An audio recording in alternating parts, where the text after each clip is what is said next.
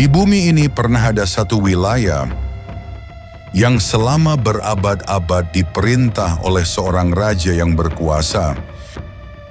Al-Quran menyebutkan dia bukan sahaja seorang raja, bahkan mendakwa dirinya sebagai Tuhan bagi rakyatnya. Dalam Al-Quran disebutkan suatu ketika dia dengan sombong berkata, "Ana Rabbukumul A'lam." Akulah Tuhan kamu yang paling tinggi. Pemerintah yang zalim ini memaksa rakyatnya untuk sujud di hadapannya. Kemudian datanglah satu malam di mana satu mimpi menghilangkan tidur sang raja itu.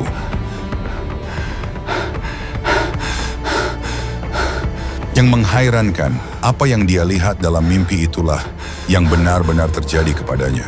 Seperti dalam mimpinya ketika kematian berdiri di hadapannya, dia menjerit berkata, "Ampunkanlah aku, wahai Allah."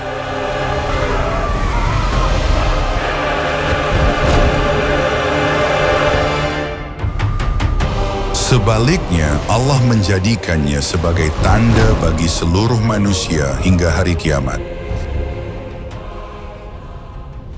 Mesir merupakan negara paling kuat pada zaman itu. Di bandar-bandar yang terletak di tebing sungai Nil, hasil tanaman tumbuh begitu subur seolah-olah emas bertaburan. Pasar-pasar mereka sangat makmur.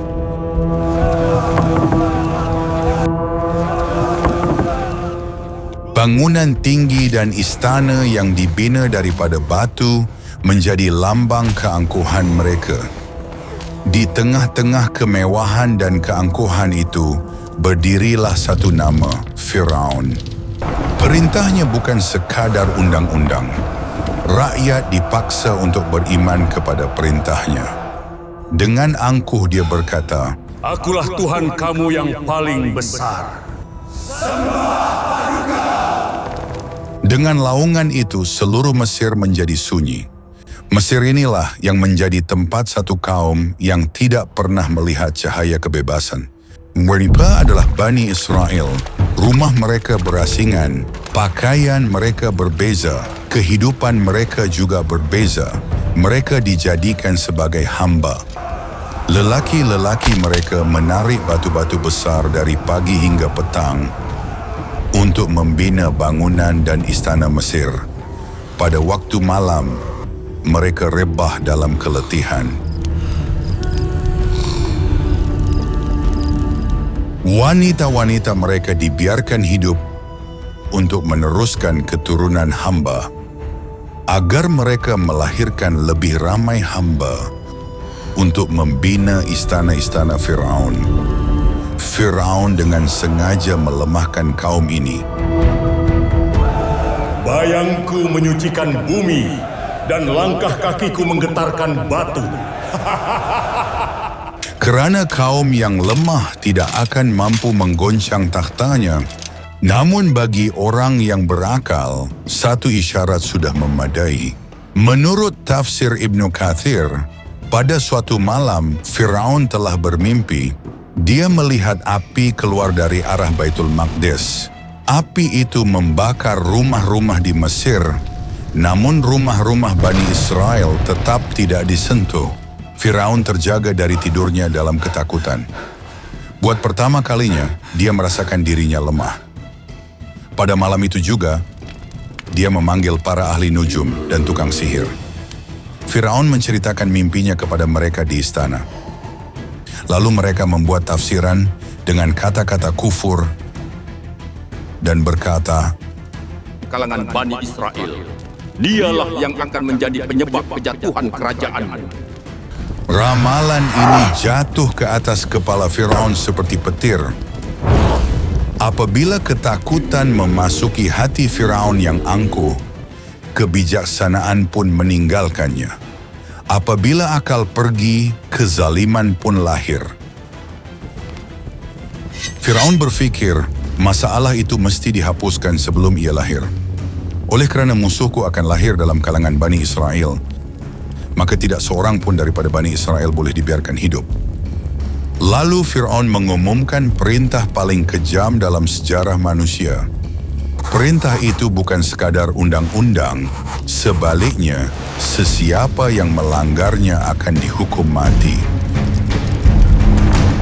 Firaun mengumumkan satu perintah berdarah. Ancaman ini mesti dihapuskan sebelum muncul, agar tiada bahaya dari Bani Israel. Selepas perintah itu, pembunuhan bayi dilakukan dari bandar ke bandar. Riba para ibu dikosongkan. Bayi yang baru lahir dirampas dari dada ibunya, lalu dibunuh. Ribuan bayi yang tidak berdosa terkorban. Anakku, anakku, kembalikan anakku kepadaku. Anakmu tidak akan kembali lagi. Dia telah menghembuskan nafas terakhirnya. Dalam kegelapan kezaliman inilah Musa alaihissalam dilahirkan. Ibunya hidup dalam ketakutan setiap saat.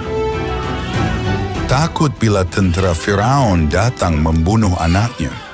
Dalam ketakutan itu, malaikat Jibril turun dari langit dan berkata, "Susukanlah dia, dan apabila kamu bimbang, hanyutkanlah dia ke sungai. Janganlah takut, aku akan mengembalikan Musa kepadamu." Walaupun menghanyutkan anak sendiri adalah perkara yang sangat berat bagi seorang ibu, namun dia melakukannya kerana perintah Allah.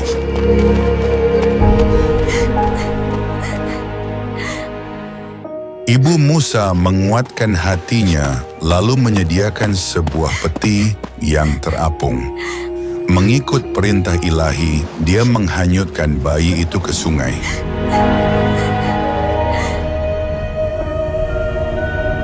Air sungai mengalir perlahan. Hatinya terasa tercabut. Adik perempuan Musa berlari di sepanjang tebing sungai. Dia ingin melihat ke mana peti itu akan sampai. Dengan kekuasaan Allah, peti itu sampai ke pelabuhan istana Firaun.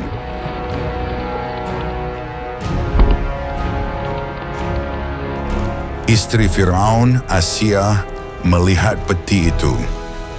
Dia menyuruh agar peti itu dibuka. Apabila peti dibuka, pandangan bayi itu melembutkan hatinya. Dia segera berkata, Jangan bunuh dia. Dia telah menyejukkan mata saya. Saya akan menerimanya sebagai anak.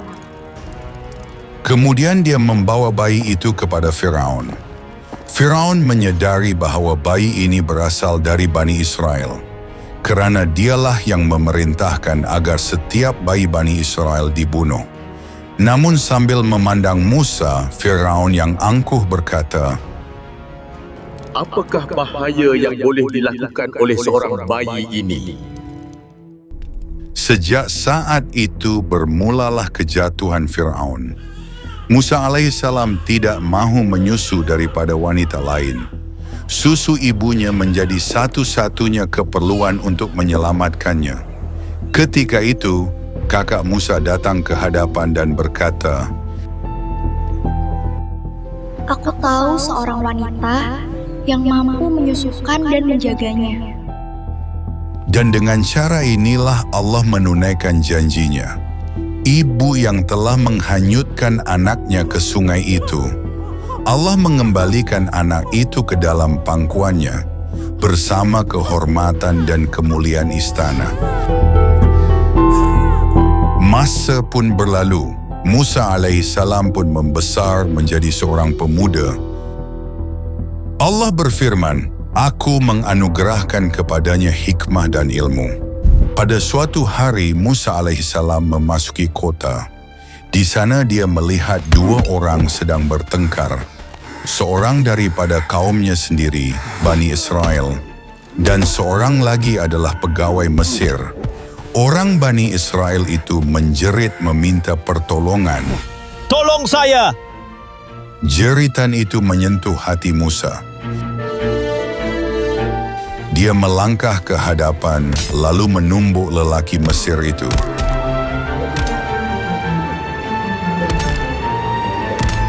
dia rebah ke tanah dan tidak bangun lagi. Musa menyadari bahawa lelaki itu telah mati. Dia segera memohon keampunan kepada Allah. Allah berfirman, "Aku telah mengampuninya." Namun Mesir tidak mengampuninya. Berita itu tersebar di kota seperti api. Firaun menjadi yakin, dia telah membunuh pegawaiku demi membela Bani Israel.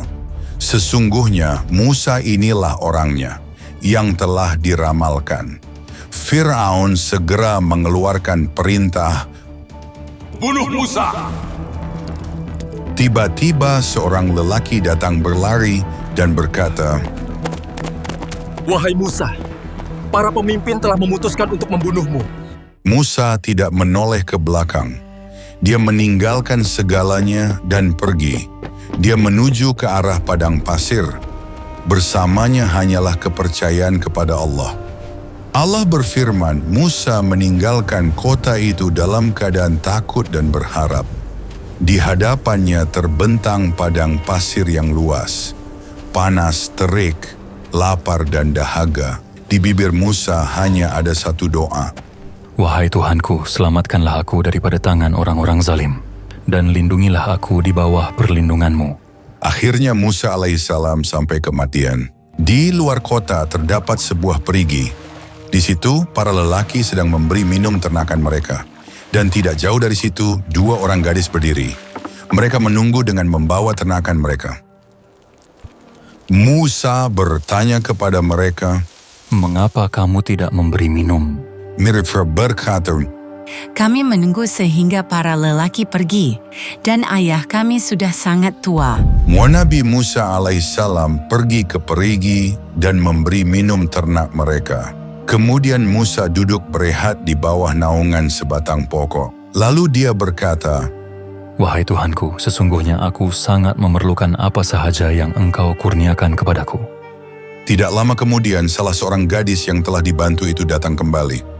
Dia datang berjalan lalu berkata, Ayah kami menjemputmu untuk membalas kebaikanmu.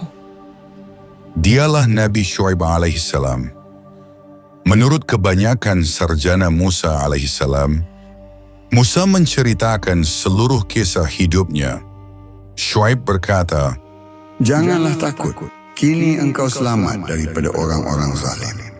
Kemudian anak perempuan Syuaib yang sulung berkata, Wahai ayah, ambillah dia bekerja. Sesungguhnya dia kuat dan amanah.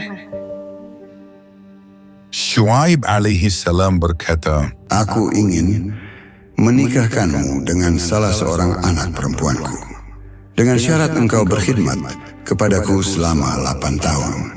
Dan jika engkau genapkan 10 tahun, itu atas kerelaanmu. Musa alaihissalam menerima tawaran itu. Tahun-tahun itu bukanlah masa yang biasa. Pada waktu itu tugasnya adalah menggembala kambing. Ia dipenuhi dengan kesunyian, kesabaran dan tawakal kepada Allah. Seorang yang dibesarkan di istana Mesir kini menjadi penggembala biasa. Dan begitulah Allah membentuk seorang nabi. Apabila tempo itu telah selesai, Musa berangkat bersama istrinya. Dia menuju kembali ke Mesir. Di padang pasir yang dingin pada waktu malam, Musa dan istrinya sedang berjalan. Tiba-tiba dia melihat satu cahaya di gunung yang jauh. Dia berkata kepada istrinya, Tunggulah di sini, mungkin aku akan membawa api, atau aku akan kembali dengan petunjuk jalan. Namun cahaya itu bukanlah api. Ketika Musa menghampiri, satu suara kedengaran, Wahai Musa. Tubuh Musa bergetar. Suara itu berkata lagi, Janganlah takut, akulah Tuhanmu. Tanggalkanlah kasutmu. Sesungguhnya engkau berada di lembah suci tua. Aku telah memilihmu sebagai seorang nabi. Kemudian Allah berfirman, Pergilah kepada Firaun. Sesungguhnya dia telah melampaui batas. Aku telah memberikan kekuatan khusus pada tongkatmu. Ia akan menjadi tanda daripadaku. Musa melemparkan tongkatnya ke tanah. Tongkat itu berubah menjadi seekor ular besar. Musa ketakutan lalu berundur. Allah berfirman, "Janganlah takut, peganglah ia dengan kuat." Apabila Musa memegang ular itu, ia kembali menjadi tongkat. Kemudian Allah memperlihatkan satu lagi tanda. Nabi Musa alaihissalam meletakkan tangannya di dadanya. Apabila dia mengeluarkannya, tangannya bersinar dengan cahaya. Allah berfirman, "Pergilah engkau kepada Firaun. Sesungguhnya dia telah melampaui batas, mudah-mudahan dia akan mengambil pengajaran." Musa berkata, "Wahai Tuhanku, sesungguhnya lidahku mempunyai kekakuan. Jadikanlah saudaraku Harun sebagai pembantuku." Allah berfirman, "Doa kamu telah diperkenankan." Kemudian Musa dan Harun pergi ke istana Firaun. Firaun bertanya dengan penuh keangkuhan, "Siapakah Tuhan kamu?" Musa menjawab, Tuhan kami ialah Dia yang memberi kehidupan dan mematikan. Firaun meledak dengan kemarahan. Adakah engkau mempermainkan kami, wahai Musa? Tunjukkan bukti daripada Tuhanmu. Kemudian Firaun memanggil ahli sihir terbaik di negeri itu. Mereka melemparkan tali dan tongkat mereka. Di mata manusia, ia kelihatan seperti ular. Hati manusia bergetar ketakutan. Lalu Musa melemparkan tongkatnya. Tongkat itu berubah menjadi ular besar yang sebenar. Dan ia menelan semua ular palsu para ahli sihir. Para ahli sihir menyadari kebenaran. Mereka berkata, Ini bukan sihir. Ini adalah kekuasaan Allah. Mereka semua sujud tersungkur. Keangkuhan Firaun menjadi semakin keras. Bütün bunlar yalan. Tek Tanrı benim. Firaun menghukum ahli sihir yang dibawanya sendiri. Dia memerintahkan agar tangan dan kaki mereka dipotong. Hanya kerana satu kesalahan, mereka telah beriman kepada Musa. Allah berfirman dalam Al-Quran, keimanan mereka sangat teguh. Mereka berkata, "Wahai Firaun, lakukanlah apa yang engkau mahu, kerana kami telah melihat tanda-tanda yang nyata." Kemudian Allah menurunkan azab ke atas Firaun dan kaumnya. Itulah peringatan yang pertama. Tanah Mesir dilanda ribut dan banjir yang dahsyat. Ia bukan sekadar bencana alam. Ia adalah azab yang dihantar oleh Allah, yang memusnahkan hasil tanaman mereka. Ladang-ladang hijau mereka tenggelam. Apabila ribut berhenti dan manusia mengharap ketenangan, datang pula satu azab yang lain. Kemudian datang satu lagi azab, belalang. Kawanan belalang memakan segala yang ada di bumi. Kemudian diturunkan satu lagi azab, yaitu azab kutu. Ia bukan sahaja melekat di kepala, tetapi juga di seluruh tubuh. Ia menyebabkan luka pada badan dan membuat manusia menderita kesakitan yang amat sangat. Azab-azab ini mengingatkan bahawa kekuatan ini adalah kekuasaan Allah, bukan kemampuan kamu. Kemudian datang azab kata. Katak-katak merebak ke seluruh penjuru. Ini bukan azab bermusim. Ia adalah azab yang sunyi, yang menyebarkan ketakutan dari setiap arah. Kemudian turun pula satu lagi azab yang lebih dahsyat. Air di Mesir bertukar menjadi merah seperti darah. Semua ikan air tawar mati dan terapung. Air menjadi busuk akibat ikan-ikan yang reput. Manusia tidak lagi mendapat air yang boleh diminum. Namun Firaun terus berkata, "Semua ini hanyalah sihir Musa. Semua ini hanyalah sihir Musa." Dalam Al-Quran, Allah menyebutkan tentang azab-azab ini. Dan di antara semua itu, turut termasuk mukjizat Nabi Musa alaihissalam. Apabila kaum Firaun ditimpa azab demi azab dan menjadi hancur, pada suatu malam datanglah perintah daripada Allah. Allah berfirman kepada Musa alaihissalam, "Keluarlah dari Mesir pada waktu malam bersama kaummu." Bani Israel mula bersiap secara senyap. Mereka berangkat sambil memutuskan belenggu perhambaan. Mereka tidak memiliki sebarang senjata. Tiada juga persiapan untuk berperang. Satu-satunya sandaran mereka hanyalah keimanan kepada Allah. Apabila pagi tiba, Firaun melihat Bani Israel telah melarikan diri dari Mesir. Keangkuhan Firaun kembali membara. Dia berkata, mereka mengambil kesempatan atas kelemahan kita. Kita pasti akan menangkap mereka kembali. Di sisi lain, Bani Israel tiba di tepi laut. Di hadapan mereka terbentang laut yang dalam. Dan dari belakang, tentera Firaun sedang marah.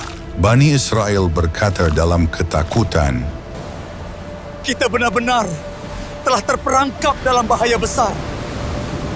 Dan dari belakang datang pasukan kematian. Musa alaihi salam berkata, Sekali-kali tidak. Sesungguhnya Tuhanku bersama aku. Dia pasti akan menunjukkan jalan kepada kita. Kemudian Allah memerintahkan Musa alaihissalam, pukullah laut dengan tongkatmu. Musa alaihissalam mematuhi perintah Allah. Dia memukul air laut dengan tongkatnya, lalu serta-merta laut terbelah menjadi dua bahagian. Air di kedua-dua sisi berdiri seperti dinding yang tinggi. Di tengah-tengahnya terbentuk satu jalan yang kering. Bani Israel berseru dengan penuh kehairanan. Keimanan mereka menjadi semakin kuat. Mereka mula berjalan di jalan kering itu. Bagaimana Musa melakukan ini? Ini adalah kekuasaan Allah. Jika Dia menghendaki, Dia mampu melakukan segala-galanya. Sementara itu Firaun dan tenteranya tiba di tempat itu. Firaun melihat jalan di tengah laut lalu berkata, Jangan takut. Jalan seperti ini juga boleh kami lakukan. Tiada siapa yang mampu menghalang kami. Firaun masuk ke jalan itu bersama kuda dan tenteranya. Keangkuhannya telah membutakannya. Walaupun melihat semua tanda kebenaran, dia tetap menafikan. Apabila orang terakhir Bani Israel menyeberangi laut, Allah memerintahkan, satukan kembali air itu. Dan pada saat itu juga, air mula mengaum. Air dari kedua-dua sisi meluruh kembali. Gelombang besar mengepung dari segala arah. Setiap kuda dan setiap tentera hilang di dalam air. Ketika saat terakhir Firaun tenggelam telah tiba. Ketika itu matanya terbuka. Dia menjerit berkata, Aku beriman kepada Tuhan itu. Tuhan yang telah diimani oleh Bani Israel. Namun pada saat itu imannya tidak diterima.